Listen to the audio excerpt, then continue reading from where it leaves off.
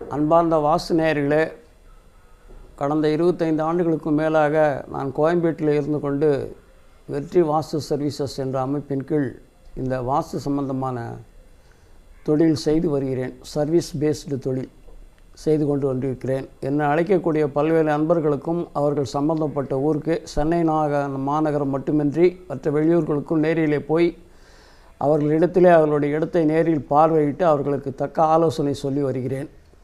இதை நான் கடந்த 25 ஆண்டுகளாக பல்வேறு நபர்களுக்கும் எல்லா வகையிலும் திருப்திப்படும்படியான சர்வீஸை நான் செய்து கொண்டு வந்து கொண்டிருக்கிறேன். இது மற்ற நேயர்களுக்கும் இது தெரிய வேண்டும் என்ற ஒரு ஆர்வத்தோடு தான் இந்த காணொலியை நான் தொடர்ந்து வெளியிட்டு வருகிறேன். ஏற்கனவே 2 காணொலி வெளிவந்த நிலையில் இன்று நான் எடுத்துக்கொண்டிருக்கிற 3வது காணொலி இதன் மூலியமாக உங்களோடு நான் தொடர்பு கொள்கிறேன். நான் இன்றைய எடுத்துக்கொண்டிருக்கிற தலைப்பு என்று சொல்லப்படுமானால், இது சென்னை பொறுத்தவரையிலையும் இல்லை மற்ற மாநகரங்களை கூட எடுத்துக்கலாம். அதில் அப்பார்ட்மெண்ட்ஸுங்கிறத பற்றி வாஸ்துக்கும் அதுக்கும் என்ன தொடர்பு, அது சொன்னால் அது இந்த நேரத்தில் ரொம்ப பொருத்தமாக இருக்கும். அதாவது இங்கிலீஷில் நீட் ஆஃப் த அவர்னு சொல்லுவாங்க. அந்த காலகட்டத்தினுடைய தேவை அதை அனுசரித்து நான் இந்த அப்பார்ட்மெண்ட்ஸ் சம்மந்தப்பட்ட வாஸ்துவை சொல்லுவதற்கு நான் கடமைப்பட்டிருக்கிறேன். என்னுடைய அனுபவத்திலே நான் பல்வேறு அப்பார்ட்மெண்ட்ஸுங்களும் பார்த்துருக்கிறேன், தனிப்பட்ட வீடுகளும் பார்த்துருக்கிறேன், காலிமனைகளை பார்த்துருக்கிறேன், ஹோட்டல்ஸுங்க, ஹாஸ்பிட்டல், எல்லா விதமான கட்டுமானங்களையும் நான் பார்த்துருக்கிறேன், ஃபேக்ட்ரி உள்பட. சென்னை மாதிரி நகரங்களுக்கு பொறுத்தவரையிலையும் ஒரு முக்கியமான தேவைன்னு சொன்னால் அப்பார்ட்மெண்ட்ஸு தான். ஏன்னா ஒரு சாதாரண சிற்றூரில் என்ன பண்ணுவோம், அங்கே நிறைய நிலம் இருக்கும், நம்ம வசதிப்படி நம்ம இஷ்டம் போல் கட்டிக்குவோம் எல்லாம் வீட்டை. சென்னை மாதிரி பெருநகரங்கள்லாம் பல கோடிக்கணக்கான மக்கள் வெளியூரில் இங்கே செட்டில் ஆகிறாங்க. அப்படி இருக்கும்போது இங்கே இண்டிவிஜுவல் ஹவுஸுங்களே கட்டி எல்லாமே இருக்கிறதுன்னு பார்த்தா நமக்கு நிலமும் பத்தாது. நாளுக்கு நாள் இந்த அப்பார்ட்மெண்ட்ஸ் கட்டுறதுக்கு, இந்த வீடுங்க கட்டுறதுக்குன்னு நம்ம நிலத்துங்களெல்லாம் இருக்கிற நிலத்துங்களாம் சேர்த்தினே போனோன்னா நாளைக்கு சாப்பிட்றதுக்கு எவ்வளோ தானியங்கள் விளையிறதுக்கு கூட நிலம் இருக்காது. இப்போ இன்றைக்கி போகிற ஸ்பீடை பார்த்தா காலப்போக்கில் தானியங்கள் விளைவிக்கிறதுக்கோ, ஒரு காய்கறி விளைவிக்கிறதுக்கோ, ஒரு பழங்கள் வைக்கிறதுக்கோ முன்ன நிலமும் மரங்கிறதுக்கு அளவுக்கு லேண்ட்ஸுங்க இருக்க மாட்டேது, சந்தேகமாக இருக்குது. அவ்வளோ ஸ்பீடாக போகுது இந்த ரியல் எஸ்டேட்டில் இருக்கிற காலிமனை விற்பனைங்கிறது. இப்படி ஒவ்வொருத்தரும் தனித்தனியாக போய் ஒரு காலிமனையை வாங்கி தனியாக இண்டிவிஜுவல் ஹவுஸ் பங்களா மாதிரி கட்டின்னு போகணுன்னு பார்த்தா எவ்வளோ பேருக்கு வீடு கட்ட முடியும், எத்தனை பேர் அகாமடேட் பண்ண முடியும்? இதுக்கு ஒரே தீர்வுன்னு பார்த்தீங்கன்னா 10 அடுக்கு, 15 அடுக்கு, 20 அடுக்குன்னு சொல்கிற மாதிரி இருக்கக்கூடிய அடுக்குமாடி கட்டடம் ஒன்று தான் 4 அடியில் தீர்வாகும். ஆனால் இன்றைக்கி சென்னையில் பொறுத்தவரையிலும் என்னுடைய அனுபவத்தில் நான் பல இடத்துங்களில் பார்த்துட்டேன். வாஸ்துலாம் என்னன்னே தெரியாத அளவுக்கு தான் இன்றைக்கி கட்டுமானங்கள்லாம் இன்றைக்கி சென்னையில் கட்டின்னு இருக்கிறாங்க. இதுக்கு என்ன அடிப்படை தப்புன்றதும் நான் என் அனுபவத்திலேருந்து நான் சொல்கிறேன். என்னோட இந்த அனுபவத்தில் ஒரு 5 ஆண்டு காலம் நான் தெலுங்கு பேசக்கூடிய ஹைதராபாத், தெலுங்கானா மாநிலத்தினுடைய தலைநகர் ஹைதராபாத்திலே நான் ஒரு 5 வருஷம் தொடர்ந்து ஒரு வேலை நிமித்தமாக அங்கே போய் குடியிருந்தேன். ஒரு 2-3 வீடு அப்பார்ட்மெண்ட்ஸில் நான் குடியிருந்துருக்கிறேன். அப்போ அக்கம் பக்கத்தில் பழகினவங்க தெரிஞ்சவங்கெல்லாம் சொல்லி நிறைய பேர் கூப்பிட்டு போய் நிறைய இடத்துங்களில் வீடுங்க காமிச்சிருக்கிறாங்க. அப்பார்ட்மெண்ட்டில் வாங்க போகிறோம் பாருங்கன்னு கூப்பிடுவாங்க. சில இடத்துங்களில் பிளான் இட்டுன்னு போய் காமிப்பாங்க, எல்லாமே பண்ணுவேன். அவங்களுக்கு வேண்டிய கரெக்ஷன்ஸ் எல்லாம் நான் பண்ணி கொடுத்துருக்குறேன். சென்னையை பொறுத்தவரையிலையும் ஹைதராபாத்தை பொறுத்தவரையிலையும் ஒரே ஒரு பெரிய வித்தியாசம் என்னென்னா, சென்னையில் நீங்கள் ஒரு வீடோ அப்பார்ட்மெண்ட்டோ வாங்குறதா இருந்தால் ஒரு வாஸ்து நிபுணர் கூட அழைச்சின்னு போய் பார்த்து ஒரு 10 கட்டடத்தை பார்த்தீங்கன்னா அதில் ஏதோ 1-2 வாஸ்துப்படி தேரும், மற்றது 8 பூரா அவுட் ஆகிடும். ஹைதராபாத்தில் இந்த கண்டிஷன் கிடையாது. அவங்க எப்படின்னு கேட்டிங்கன்னா, ஒரு பில்டரு, ஒரு இன்ஜினியர், கட்டுமான இன்ஜினியர் அல்லது ஆர்கிடெக்டு, அது தவிர ஒரு வாஸ்து நிபுணர். அவர் ஒன்றும் பெருசாக படித்து ஒன்றும் டிகிரி வாங்கினவராக கூட இருக்கணுன்ற கட்டாயம் இல்லை. சாதாரண ஒரு எஜுகேஷன் படித்தவராக கூட இருப்பார். அனுபவத்தில் 30-40 வருஷம் அவருக்கு அனுபவம் இருக்கும். இவங்க 3 பேர் அங்கே முக்கோணம் மாதிரி ஒன்றா சேர்ந்து அங்கே சேர்ந்து தான் முடிவு பண்ணி ஒரு கட்டடத்தை கட்டுறாங்க. அப்போ இன்ஜினியர் பண்ணுற தப்பு வாஸ்து நிபுணர் கரெக்ட் பண்ணி கொடுக்குறாரு. வாஸ்து சொல்கிற நிபுணர் ஏதாவது ப்ராப்ளம் தான் இன்ஜினியர் அப்ஜெக்ஷன் பண்ணுறாரு. அவங்க 3 பேரும் பேசி ஒரு நல்ல முடிவுக்கு அந்த கட்டடத்தை கட்டுறாங்க. அதனால் அங்கே பார்த்திங்கன்னா உங்களுக்கு 100% எந்த தப்பும் நடக்கிறது இல்லை. நீங்கள் கண்ணமூன்னு போய் ஒரு அப்பார்ட்மெண்ட் எடுத்திங்கன்னா கூட 100% அங்கே நல்லாயிருக்கும். அந்த மாதிரி ஒரு நம்பிக்கை வச்சு நீங்கள் சென்னையில் பார்த்தீங்கன்னா அடியோடு உங்களுக்கு ஒரு 10% கூட தேராது. இன்றைக்கி 100 அப்பார்ட்மெண்ட்டை போய் சுற்றி போய் பாருங்கள், 10 அப்பார்ட்மெண்ட்டு தான் வாஸ்துப்படி தேரும். மீதி 90% பார்த்திங்கன்னா அது வாங்கக்கூடிய லாய்க்கு இல்லாத மாதிரி தான் நிறைய உள்ள தப்புங்க நிறைய. 50% நல்லா இருந்தால் 50% மேஜர் மிஸ்டேக்கோடு தான் வீடுங்க உள்ளே இருக்கும். இதனால் என்ன ஆகுதுன்னு கேட்டிங்கன்னா, பணம் முதலீடு போட்டு செய்யக்கூடிய பில்டருங்க அவங்க பணத்தை கட்டி முதலீடு எடுக்கணுன்ற எண்ணத்தினால அவங்க மனம் போன போகலையே ஒரு இன்ஜினியர் வச்சு கட்டி அதை விற்றுடுறாங்க. என்றைக்கு விற்றுடுறாங்களோ அன்றைக்கோட வாங்கினவங்களுக்கு அந்த எல்லா ரெஸ்பான்சிபிலிட்டியும் மாறிப்போகுது. அன்றைக்கி என்றைக்கு ரிஜிஸ்ட்ரேஷன் பண்ணுறாங்களோ அன்றைக்கி யார் பேரில் அந்த பத்திரம் பதிவுப்படுதோ அந்த பத்திரத்தில் 100% எல்லா மாற்றமும் அவங்களுக்கு ஏற்பட்டு போகுது. கொடுத்தவனுக்கு பணம் போய் பேங்க்கில் சேர்ந்து போகுது. அவனுக்கு இவனுக்கு எந்த ரெஸ்பான்சிபிலிட்டியில் எந்த பொறுப்பும் கிடையாது. அவன் என்றைக்கு வாங்குறானோ அந்த வாங்குறவன் வந்து ஓனராகவும் இருக்கலாம், அவன் வேறு யாரும் வாடகைக்கு விடுறவனாகவும் இருக்கலாம். இப்படி இருக்கிற பட்சம் என்ன ஆகுதுன்னா, யார் அதில் குடியிருக்கிறாங்களோ அவங்கள தான் அடிக்கும். அது ஒரு ஓனரே வாங்கி போட்டு இன்வெஸ்ட்மெண்ட்டுக்கு போட்டு வாடகைக்கு விடுறாருன்னா அவருக்கு எந்த பாதிப்பும் அந்த தப்பான அமைப்புகளுக்கு எதுவும் பெருசாக கொடுக்காது. ஆனால் கொடுத்தனும் போகிற வாடகைதாரர் யார் போகிறானோ அவனை அது காலி பண்ணிடும். இப்படி சும்மா வீம்புக்கு ஒரு கட்டடத்தை கட்டிட்டு வாங்கக்கூடிய ஒரு அல்டிமேட் யூசர், அதாவது அல்டிமேட் கஸ்டமர், அவருக்கு பாதிப்பு ஏற்படுற மாதிரி பண்ணால் அது என்ன ஒரு மனசாட்சி இல்லாத ஒரு வியாபாரம்? அது தப்பு இல்லையா?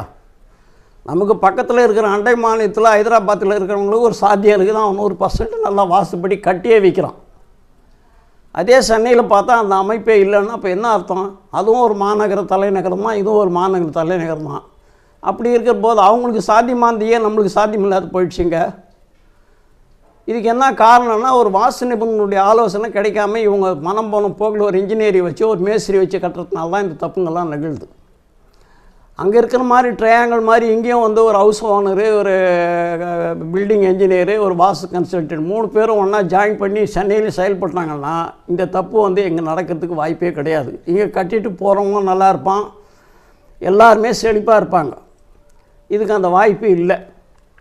சரி, இப்படி இருக்குது. இதுக்கு என்ன ஒரு தீர்வு கிடைக்கும் அப்படின்னு கேட்டால், என்னுடைய அனுபவத்துலேயும் என்னுடைய பட்டறிவில் பட்டதை நான் சொல்கிறேன். இப்போ சென்னையில் பொறுத்தவரையிலும் இந்த அப்பார்ட்மெண்ட்டு இவ்வளோ இழிவான நிலையில் கட்டுறாங்க, கட்டி வாங்கி போகிறோனோ வாடகைக்கு போகிறோனோ சொல்ல விடாத கஷ்டத்தை அனுபவிக்கிறாங்கன்னு சொன்னால் இதுக்கு என்ன தீர்வு இருக்கா இல்லையா அப்படின்னு ஒரு கொஷின் வருதுன்னு வைங்க. என்னை பொறுத்தவரை என் அனுபவத்தில் சொல்கிறேன், இதுக்கு தீர்வு 100% இருக்குது.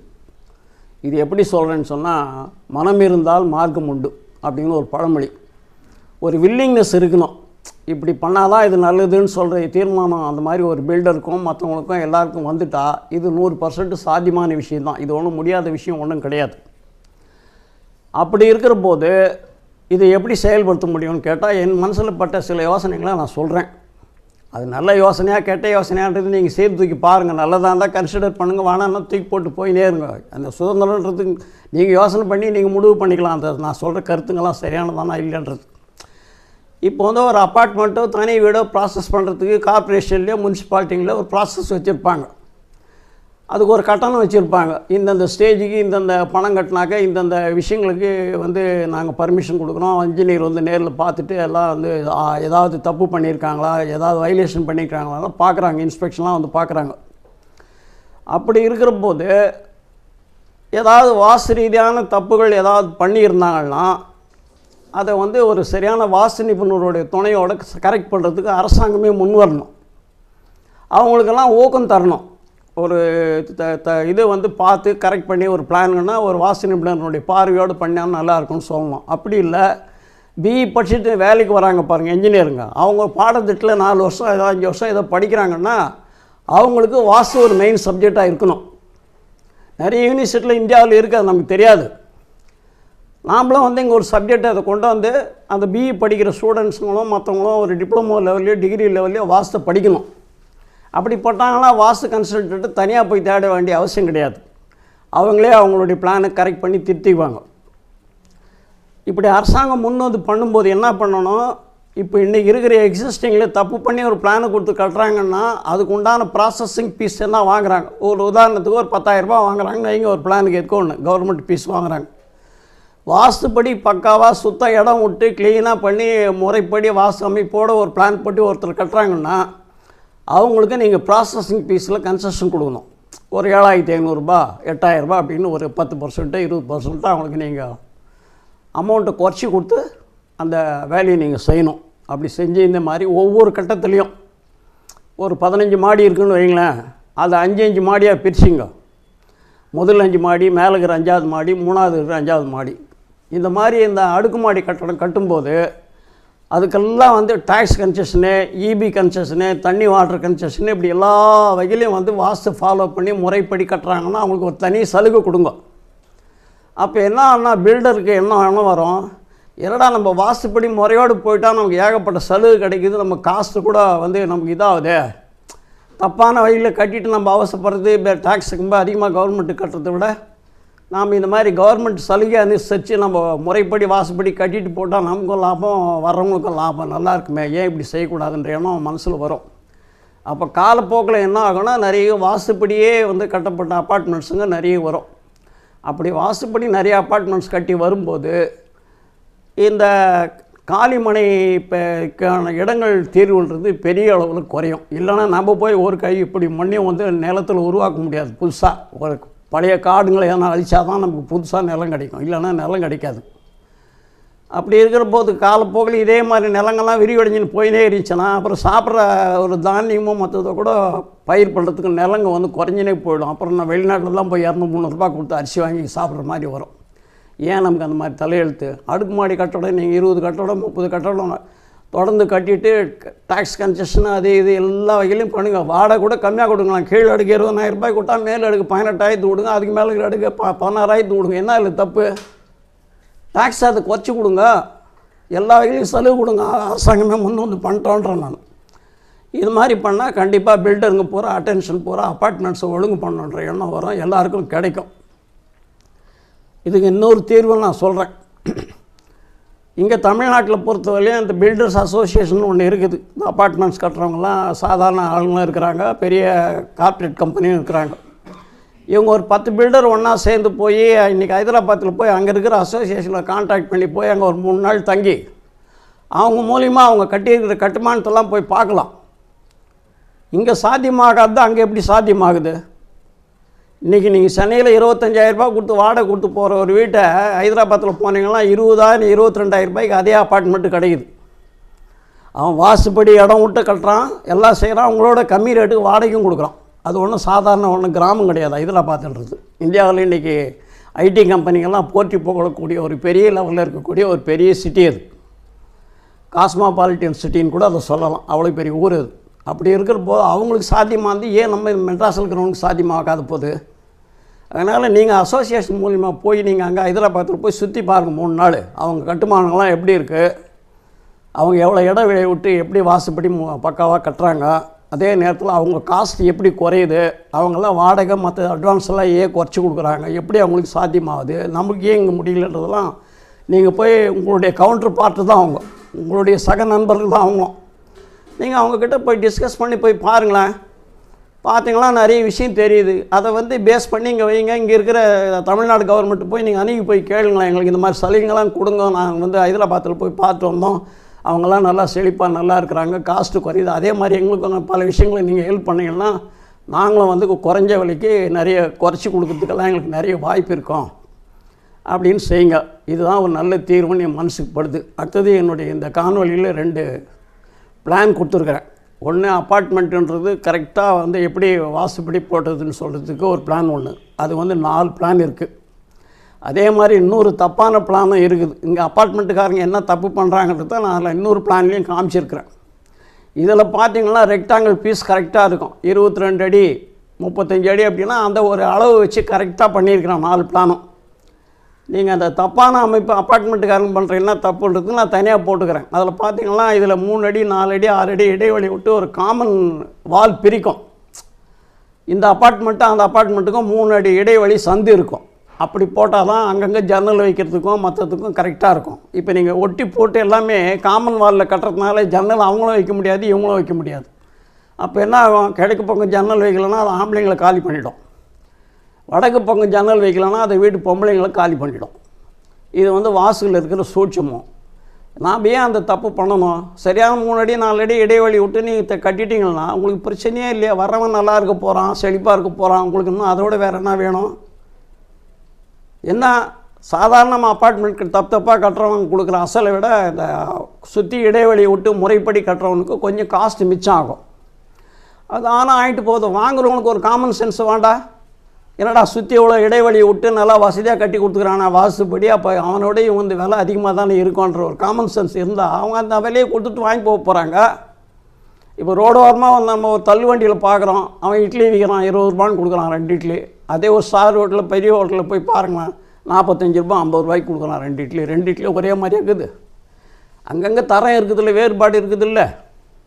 இங்கே ரோடு வரலாம் கையிலேயே சாப்பிட்டு அப்படியே தூக்கி போட்டு போயிடுறான். அங்கே போய் பெரிய ஹோட்டலில் உக்காந்தோன்னா அவனுக்கு உட்காரத்துக்கு ஃபேன் இருக்குது, வசதி இருக்குது, ஏசி இருக்குது, எல்லா வசதியோடு சௌகரியமாக இருந்து சாப்பிட்டு வரான். ரெஸ்ட் ரூம் இருக்குது. அந்த வசதியெல்லாம் ரோடு ஓரமாக இருக்கிற தள்ளுவண்டிக்காரன் கொடுக்க முடியுமா? அதனால் வாஸ்துப்படி கட்டின அமைப்புன்னு சொன்னாவே அது கொஞ்சம் காஸ்ட்டு கொஞ்சம் கூட தான் ஆகும். அது வாங்குறவங்களுக்கு அந்த யோசனை இருக்கணும். இவ்வளோ சுற்றி இடம் விட்டு வாஸ்துப்படி பக்காவாக கட்டி கொடுக்குறாங்கன்னா நம்ம அந்த அவங்க கேட்குற 100 ரூபாய் 200 ரூபாய் ஸ்கொயர் ஃபீட் மிச்சமாக கேட்டால் கூட தைரியமாக கொடுத்து வாங்கிக்கலாம் அப்படின்ற எண்ணம் அவங்களுக்கு வரணும். அதனால் நீங்கள் வந்து அப்பார்ட்மெண்ட்டில் வாங்குறதா இருந்தாலும் இது பண்ணுறதா இருந்தாலும் அதுவும் வந்து ஒரு வாஸ்து முறைப்படி பக்காவாக அமைச்சு கொடுத்துட்டு அதன் மூலியம் நம்ம போய் குடியேறணும்னா அது அங்கே வாழக்கூடிய மக்களை வந்து எல்லா வகையிலும் அது செழிப்பாகவே கொடுக்கும். அதை விட்டுட்டு இந்த தொடர்ந்து இந்த தப்பியை நீடிக்கணும்னா இப்போ பில்டர் பேரில் குறை சொல்லி எந்த பிரயோஜனமும் இல்லை. அவங்க வந்து ஒரு இடம் கொடுத்து வாங்குறாங்க ஒரு விலைக்கு, அதுக்கு மேலே இன்றைக்கி இருக்கிற என்ன காஸ்ட் ஆஃப் மெட்டீரியல்ஸாக அதெல்லாம் கொடுத்து வாங்கி லேபர் கொடுத்து கட்டுறாங்க. அப்போ அவங்களுக்குன்னு ஒரு அசல் ஒன்று மிச்சமாக தான் ஆகுது. அப்போ அவங்க என்ன நினைப்பாங்க, மனம் போன போக்கில் கட்டிட்டு கொஞ்சம் ஏரியா கொஞ்சம் மிச்சமாக கட்டினா நமக்கு வேண்டி முதல்ல நம்ம எடுத்து நம்ம லாபத்தை பார்த்துக்கலாம் அப்படின்ற எண்ணம் தான் உங்களுக்கு. வியாபாரின்னா அப்படி தானே ஓடும் யாருக்குமே. அதை விட்டு நீங்கள் வாங்குறவங்க 100 ரூபா மிச்சமாக கொடுத்தா கூட நல்ல பொருள் வாங்கணும், நல்ல ஒழுங்கான வாஸ்துப்படி கட்டின வீடு வாங்கணும்னா அதுக்கு எப்போ கொஞ்சம் காஸ்ட்டு கூட தான் இருக்குன்ற எண்ணம் நீங்கள் வாங்குறவங்க ரெடியாக வந்துட்டிங்கன்னா அவன் ஏன் அந்த தப்பு பண்ணுறான்? பண்ண வேண்டிய அவசியமே இல்லை. அதனால் நான் சொன்ன பாயிண்ட்ஸுங்களெல்லாம் கவனம் வச்சு ஹைதராபாத்தில் இருக்கிற மாதிரி இங்கே சென்னையில் இருக்கிற பில்டருங்களும் முன் வந்து பண்ணாங்கன்னா இங்கேயும் அப்பார்ட்மெண்ட்ஸுன்றது சாத்தியமே. அதில் எந்த விதமான தப்பும் கிடையாது. வாஸ்துன்றது ஒன்றும் பயப்படுற விஷயங்கள்லாம் ஒன்றும் இல்லை. எல்லாருடைய நல்வாழ்வுக்கும் அது ஒரு நல்ல விஷயந்தான். அதை அப்பார்ட்மெண்ட்லேயும் கடைப்பிடிக்கணும்னு நான் கேட்டுக்கொள்கிறேன். இந்த சிற்றுரையை இந்த காணொலியை கேட்ட உங்களை அனைவருக்கும் என் நன்றியை தெரிவித்துக் கொள்கிறேன்.